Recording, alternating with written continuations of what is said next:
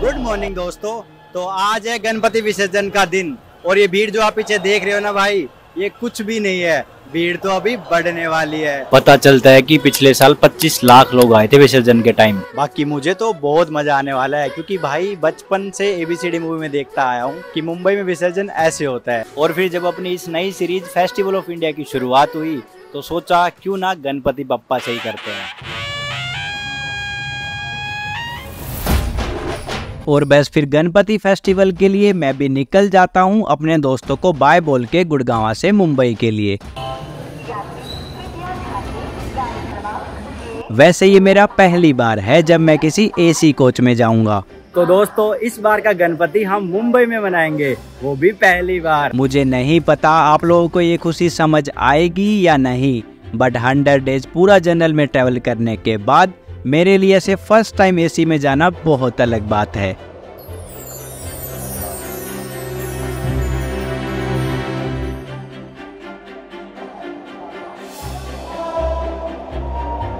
मैं जनरल में ट्रैवल करता हूँ मोस्टली और इस बार ही पहली बार आया। बाकी अच्छी है ये भी।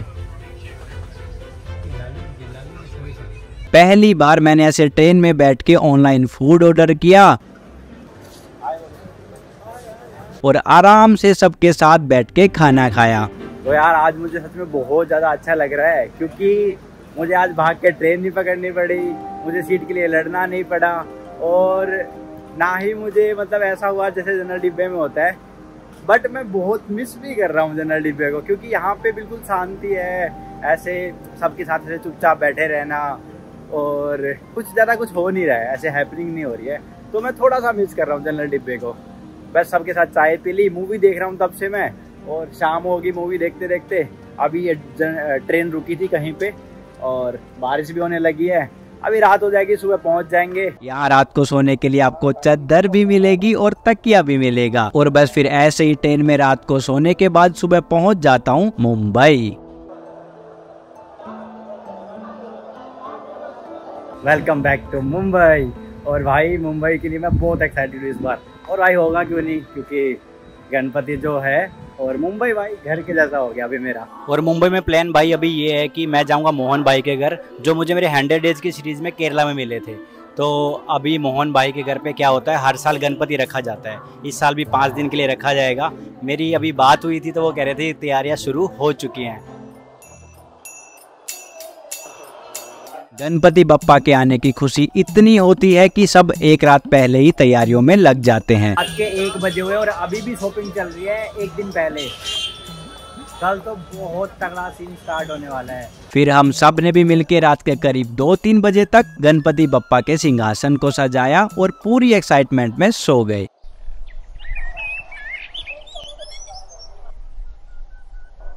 भाई आज है गणेश चतुर्थी का दिन, जो कि फर्स्ट डे होता है। इस दिन क्या होता है कि सब अपने गणपति को घर पे लेके आते हैं। वैसे तो बहुत सारे गणपति जैसे पंडाल बने हुए हैं अलग अलग, तो उनके सबके गणपति ऑलमोस्ट जो बड़े गणपति थे उनका आगमन हो चुका है, पहले हुआ था कुछ दिन पहले। अभी होता क्या है कि इसमें कुछ लोग तो 2 दिन के लिए रखते हैं, कुछ 5 दिन के लिए रखते हैं, कुछ 10 दिन के लिए रखते हैं। और हमारा भी हमने कल शाम को तैयारी तो कर दी थी, बाकी सारा सेटअप रेडी कर दिया था। अभी हम जा रहे हैं गणपति लेने के लिए। अभी भाई मैं जैसे ही घर पे आया तो भाई ने तैयार कर दिया, भाई भी तैयार हो रखे थे तो बोले कि ऐसे ही पहनने कपड़े, तो मैंने भी पहन लिए। कैसे लग रहे हैं? मस्त लग रहे हैं ना। फाइनल लुक ये रहा। चलो फिर अभी गणपति बप्पा को लेके आते हैं। मोरया रे बाबा मोरया रे। ओ देवा तू जो है तो मैं कब हारा,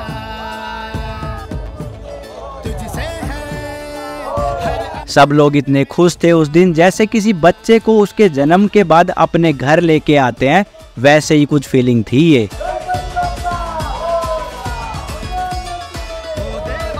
बड़े ही अच्छे से गणपति बप्पा का घर में आगमन होता है और फिर आरती की जाती है। आरती पे बाद में आएंगे, पहले ये जानते हैं कि ये सब होता क्यों है। गणपति उत्सव के लिए कहा जाता है कि महर्षि वेदव्यास जी ने गणेश भगवान को महाभारत की कथा सुनाई थी, जिसको स्वयं गणेश भगवान जी ने लिखा था, और वो दिन गणेश चतुर्थी का दिन था। वेदव्यास जी ने ये कथा आंखें बंद करके 10 दिनों तक लगातार सुनाई थी। फिर जब कथा समाप्त हुई तो देखा कि लगातार 10 दिन तक गणेश भगवान के लिखने के बाद गर्म होने की वजह से पूरे लाल हो गए हैं, जिनको देख के वेद व्यास जी ने पास के ही तालाब में गणेश भगवान को डुबकी लगवाई, जिससे उनका तापमान कम हुआ और वो दिन अनंत चतुर्दशी का दिन था। तब से ही आज तक गणेश विसर्जन का ये फेस्टिवल मनाया जाता है। गणेश विसर्जन में ये भी कहा जाता है कि हमारा शरीर मिट्टी से बना है और अंत में मिट्टी में ही मिल जाना है। गणपति बप्पा के आने की खुशी में आज घर में सारी औरतें मोदक बना रही हैं। थोड़ी देर में यहाँ पे आरती शुरू होने वाली है, पर आरती यहाँ पे ऐसे अकेले नहीं करते, सब आसपास के घरों के लोग मिल के करते हैं, वो भी पूरे बैंड बाजा के साथ।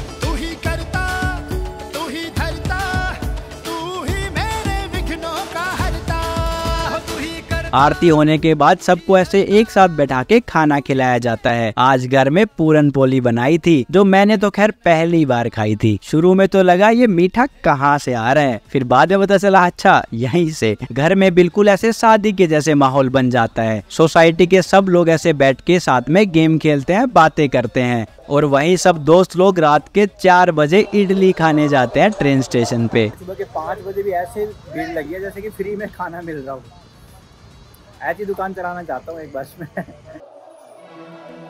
आज तीसरे दिन हमारे दोस्त प्रथमेश के घर गौरी पूजा रखी गई है। ये भी एक अलग ही प्रथा होती है, जिसमें गौरी माँ को ऐसे प्रेम के साथ घर में लाया जाता है, जिसके लिए उनके मुकाटे को ऐसे स्टैंड के साथ लगा के 16 श्रृंगार किया जाता है। और कहा जाता है कि माँ गौरी गणेश भगवान को माँ के तौर पर लेने आती हैं और साथ में ही उनको भी विसर्जित किया जाता है।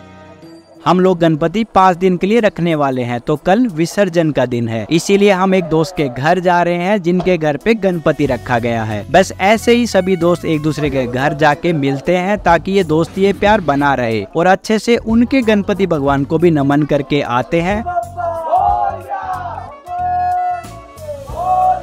एक दूसरे के घर खाना खाते हैं। घर में छोटा हो, बड़ा हो, बच्चे हो, कोई भी हो, सब यहाँ साथ में खाना खा के एंजॉय करते हैं। मुझे यहाँ आके कभी महसूस ही नहीं हुआ कि मैं अपने घर पे नहीं हूँ।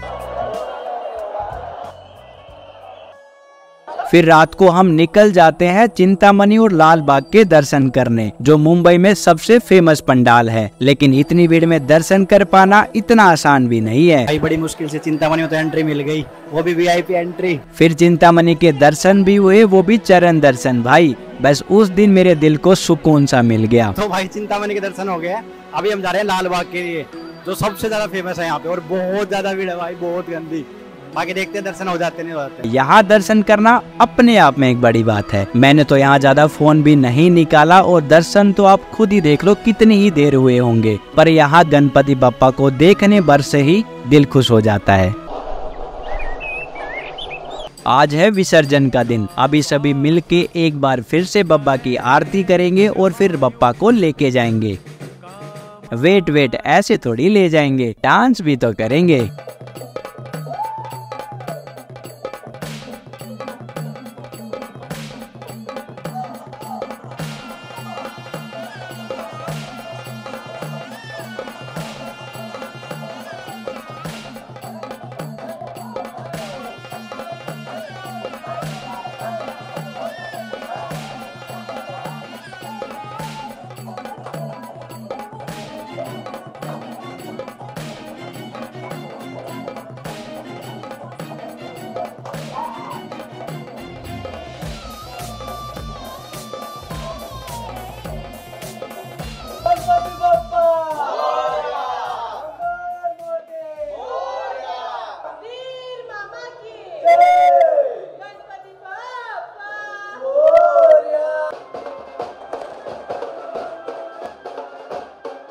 आज काफी लोगों के बप्पा का विसर्जन है, तो मिल के साथ में बप्पा को विदा करके आएंगे।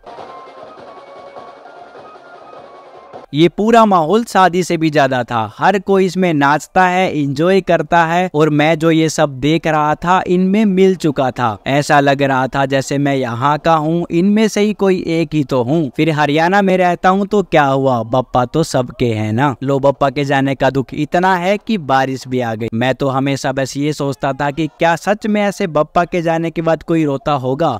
फिर जब सामने से इस बच्चे को रोता देखा तो मैं देखता ही रह गया। घर के विसर्जन के बाद आज पूरे मुंबई में बप्पा का विसर्जन है। आज है वो दिन जिसका मैं बचपन से इंतजार कर रहा हूँ और अभी इस पूरे शहर का राजा बाहर आने वाला है, तो विदाई के लिए चलते हैं, विदा करके आते हैं। ये सब लोग 5 बजे से बैठे हैं यहाँ पे बप्पा की सिर्फ एक झलक के इंतजार में, या ये कह दो उन पलों को अपने कैमरा में कैद करने, जिनमें से एक मैं भी था। और फिर सबके बीच आते हैं अपने लाल बागचा राजा।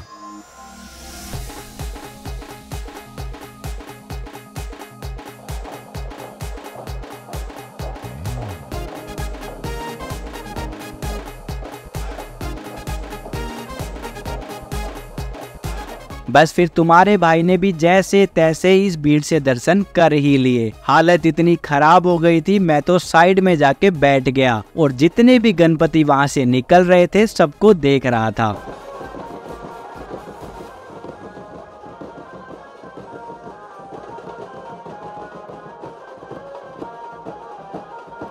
आज जितने भी मुंबई में मंडल के गणपति हैं सबका विसर्जन था, तो सबका रोड पे स्वागत किया जा रहा था। अब ये सारे गणपति जाएंगे गिरगांव चौपाटी, जहाँ पे विसर्जन किया जाएगा। वैसे तो पूरी रात विसर्जन होते हैं, लेकिन लाल बाग का विसर्जन रात को नहीं, सुबह होगा।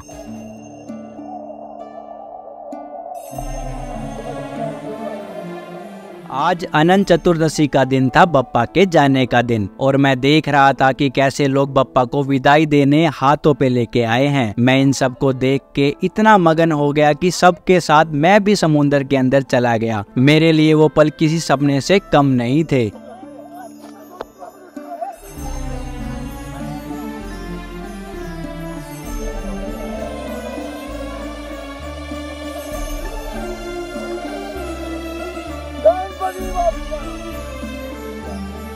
भाई ये मेरा फर्स्ट टाइम था और क्या प्यारा विसर्जन देखा भाई मैंने, कितना सही सनराइज के साथ। और पानी में इतना जा चुका हूँ भाई समुंदर में मैं, पर मज़ा आया, बहुत अच्छा लगा। उधर बहुत सारे बड़े बड़े सारे आए हुए हैं, लेकिन मेरे को था कि मेरे को एक बहुत ही अच्छा प्यारा सा कोई विसर्जन चाहिए था, वो मेरे को मिल गया। मैं जा ही रहा था कि इतनी देर में लाल बागचा राजा भी आ गया, और इतनी भीड़ मैंने अब तक कहीं नहीं देखी थी जितनी यहाँ थी। हर कोई समुद्र के अंदर घुस के बप्पा को नमन कर रहा था, आरती गा रहा था, नाच रहा था, दोस्तों के साथ खुशी में पागल था। कोई पापा के साथ आया था तो कोई अपनी बहन या दोस्तों के साथ। कुछ लोगों ने तो फेरी भी रेंट पे लेके रखी थी ताकि बप्पा को अच्छे से देख पाएं, और सबके बीच आरती करके बप्पा को लेके जाते हैं विसर्जित करने के लिए। सही कहा था किसी ने, मिट्टी से बने हैं और मिट्टी में मिल जाना है। गणपति बाप्पा मोरिया, पुढच्या वर्षी लवकरिया। स्मरे नित्यमायु कामार्थ सिद्धये।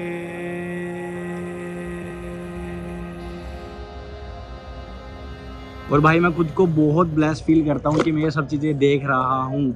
मतलब बहुत मुश्किल होता है लोगों के लिए, मुश्किल नहीं होता पर वो कर नहीं पाते, ज़िंदगी में बिजी रहते हैं, कुछ भी है। मैं चाहता हूँ कि एक बार तो भाई आप लोग देखो ये सब चीज़ें, इंडिया में हो तो एक बार तो एक्सपीरियंस करना चाहिए। मैं बहुत ब्लेस फील करता हूँ कि मैं ये चीज़ें कर पाता हूँ, और thanks to God. Love you माँ।